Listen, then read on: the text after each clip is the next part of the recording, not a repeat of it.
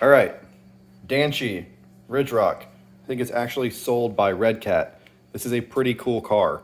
Um, I was looking for Cyber Monday deals, and I'm always trying to find cars for the holidays to buy for people. So brace yourself for a lot of RC videos. So this thing is neat. This is the box it came in. Tires pop into here. Comes with a little USB charger. That's a lithium battery. It's like 2 cells. It's kind of a heavy lithium, but it's mounted pretty low down. And it comes with some shock spacers, some servo savers, and a little tool to change the wheels. Now, what's really interesting about this rock crawler, first of all, is that it's like 140 bucks. That's the number one most interesting thing, and it looks really nice for the price, right? Beadlock wheels, tires, sidewalls are a little firm, but they do flex some, but they're really high traction.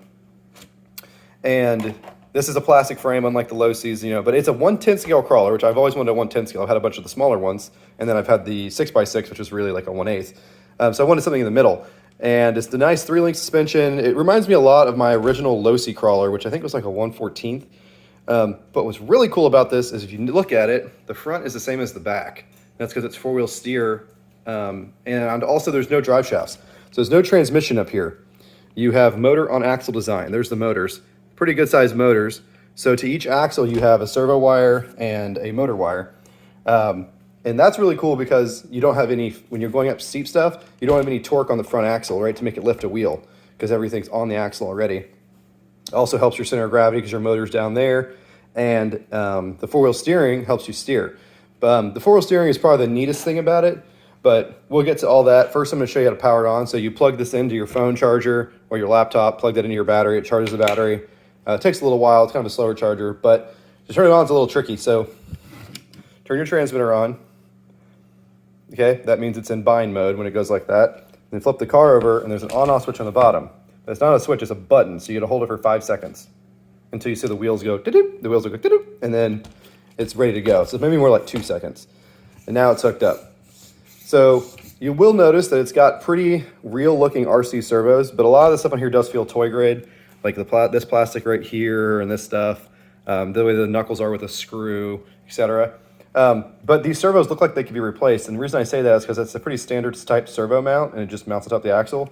And it is a 2-in-1 ESC, but if you can see in here, those servo wires right there actually plug in. They're not hardwired to the ESC. So it looks like you could actually swap it out with some real servos. You can actually see it better on this side. There you go. So those are actual standard servo connectors. So it's got to have a crazy speed controller, right? Because it's got 2 motors that work in unison. Maybe they're just wired the same off of one speed controller. I'm not really sure. But here's the really cool thing about it. So we are in mode 1. 1, 2, 3, 4. You can change the modes with this button. Mode 1, you just have front wheel steering. Let me turn it the other way. I always forget which is the front and the back. Mode 2, you press this button. See, it'll change. Mode 2 is 4-wheel steering for tight turns. So that really helps the turning radius. It cuts it in half. And then mode 3 is crab mode, which is pretty great. And mode 4 is rear wheel steer, which if you know anything about rock crawling, that comes in handy to get the back end to pop up on ledges. You start to let it pull and you kick it over, it'll get it to pop up. And it also is just awesome for wheel placement. So this thing has a lot of stuff that like, I don't think any other crawler I've ever has, and it's extremely cheap. I wish it would have been a little more hardcore with these steering components. Everything's a little floppy and stuff, but I can upgrade a lot of that as long as the motors hold up and the gearing. It's gonna be good to go. So let me drive around and show you how quick this thing is. So the body mounts from the side, like most crawlers, 2 pins on each side. Full speed on a full charge. As you can see, it's quick. It's quicker than most rock crawlers. It's not as quick as the Traxxas CRX6 in high range or anything, but pretty quick. So I'll do a turning radius test for you. This is on tile, obviously, so pretty grippy surface, but not as grippy as like a carpet or anything. There's no differentials, lock differentials front and rear, or no differentials rather. So this is going to be steering in mode 1, full lock. So you can see that took starting here, so 1, 2, 3 tiles. Now we're going to go to mode 2, which is your tight turning radius mode. Let's press that button right there, mode 2, full lock. So almost cut the turning down in half. Pretty excellent. me show you how it climbs. Let's go back to mode 1. One-handed driving, here we go. I made a little course here with my couch, as one does in the holidays, just get in the spirit, you know? So I like to approach at the side, get that to grab. Oh, look at the flex. The flex is amazing. You know, the steering servo could be stronger, but, you know, one-handed driving here, people. All right, so how are we going to get up this guy? So we got that done, and now let's go to mode 2, because we need to really kick the back end over to make it not fall off that pillow. So you see, that's the interesting thing. The front end's spinning and the back's not. That's something that happens with independent motors. It's not a huge deal. As long as you have enough power, when you give it more throttle, the back will eventually start pulling, and it does, you see.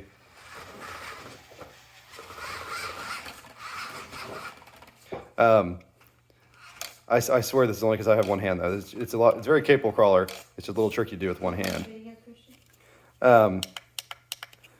So here we go. So I turned it back to mode 1. Boom. Right up. So it could use a little lower gears. I suspect you could help that by giving it a little more power.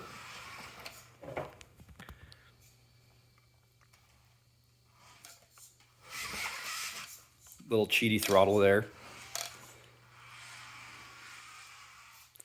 Now this is a good climb right here. This is pretty much straight up. Not even a problem. Now you're probably like, oh man, how am I gonna do a 3-point turn on this table? Well, let's go to mode 2. And you can see that it's actually possible with the 4-wheel steering to do a turn on a very small area. All right, now we're going to try to get up on top of the couch. You can get real close in there.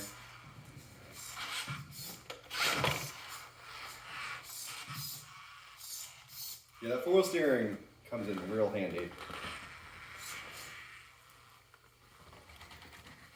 Oh, look at that little front end dig wall ride action. A dig is actually kind of a thing that you can do with the 2 motors because they're not independently controlled. So the back one that has more pressure on it will kind of dig. Oh, I'm getting high centered. Am I going to fall off the couch? Look at the flex. Oh, not a problem. You see how far it leaned before it flipped? That is extremely low center of gravity. This is a good spot to show you the flex out here. Look at the flex. I mean, that is just outstanding from a $100 stock crawler. So center of gravity is low. I think my complaints are that it needs a little bit lower gear and it needs a little stronger servos. Servos were easy to upgrade. One other problem might be spare parts. Who knows how hard those are going to be to get. These tires actually rub at full lock. That's interesting. I could clearance that or bend those bottom control arms in a little bit. That's what it's rubbing. So let me show you crab mode.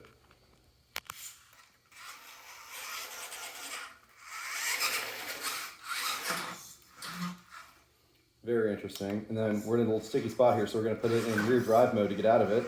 Walk the back end around. This is rear drive. And now we're back in mode 1. So let's do that course again now that I've got someone holding the phone so I can show you my rock crawling prowess.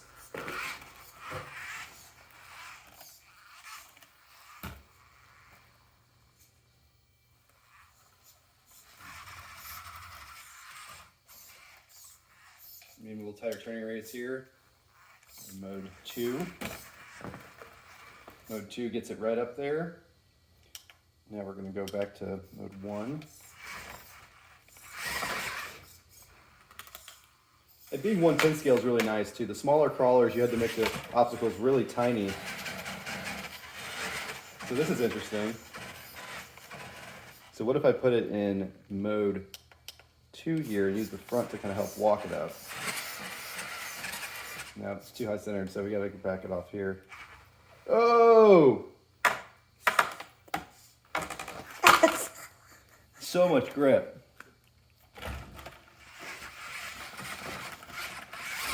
It does have enough speed to kind of bump it up stuff, which just comes in handy.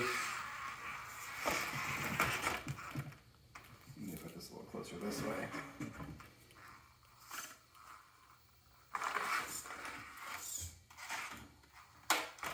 So much flex. Yeah, so kind of a little more torque. Oh! How's he gonna get out of this one? Quite durable so far. Haven't broken anything. But yeah, I'm pretty impressed with this little guy.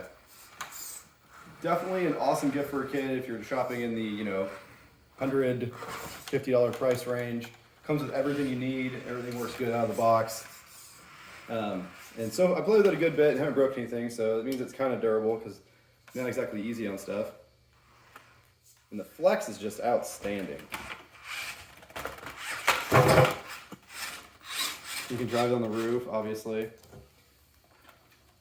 The one thing about it being geared kind of high that is nice is you can do some stuff that you can't do with some rock crawlers where you need a little bit of speed and power. This thing has it. So if you drop off this ledge right here, it's going to want to do a stoppie, right? But you have the power to save it. My camera person missed that. Let's go ahead and do that again. That is too cool.